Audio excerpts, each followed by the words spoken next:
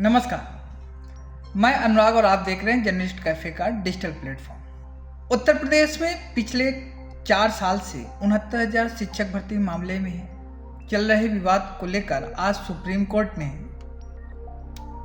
आरक्षण पर अहम सुनवाई की।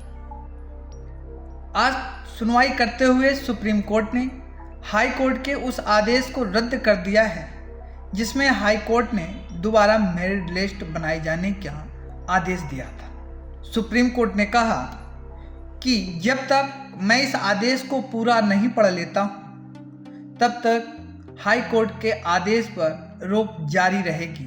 बता दें कि इस मामले में सीजीआई डीवाई चंद्रचूड़ की बेंच की अध्यक्षता में सुनवाई हो रही थी।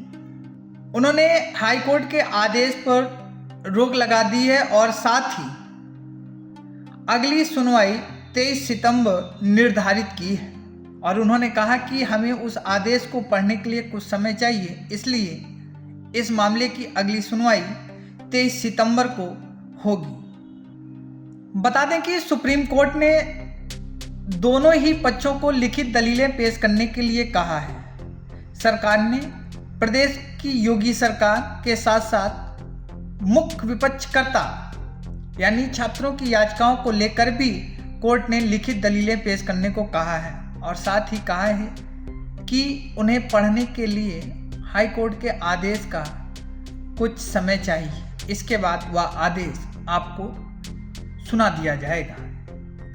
लेकिन इन सबके बीच अब सवाल ये उठता है कि जब छात्र लगातार आरक्षण और भर्ती में घोटाले की मांग कर रहे थे तब तक कोर्ट इस पर कोई कार्रवाई करने को तैयार नहीं था। लेकिन अब सुप्रीम कोर्ट के इस आदेश के बाद जहां छात्रों को बड़ा झटका लगा है, वहीं सरकार के साथ छात्राओं की मंशा पूरी तरह से टूट चुकी है, क्योंकि प्रदेश में पिछले कई दिनों से लगातार 69,000 शिक्षक भर्ती के अभ्यर्थी मंत्रियों और विधायकों के दरवाजे पर बैठकर प्रदर्शन कर रहे थे और अपनी मांग को लेकर उनसे आश्वासन मांग रहे थे। और तब सभी और मंत्री, विधायक, सांसद 69,000 शिक्षक भर्ती के अभ्यर्थियों को उनको न्याय दिलाने की बात कर रहे थे।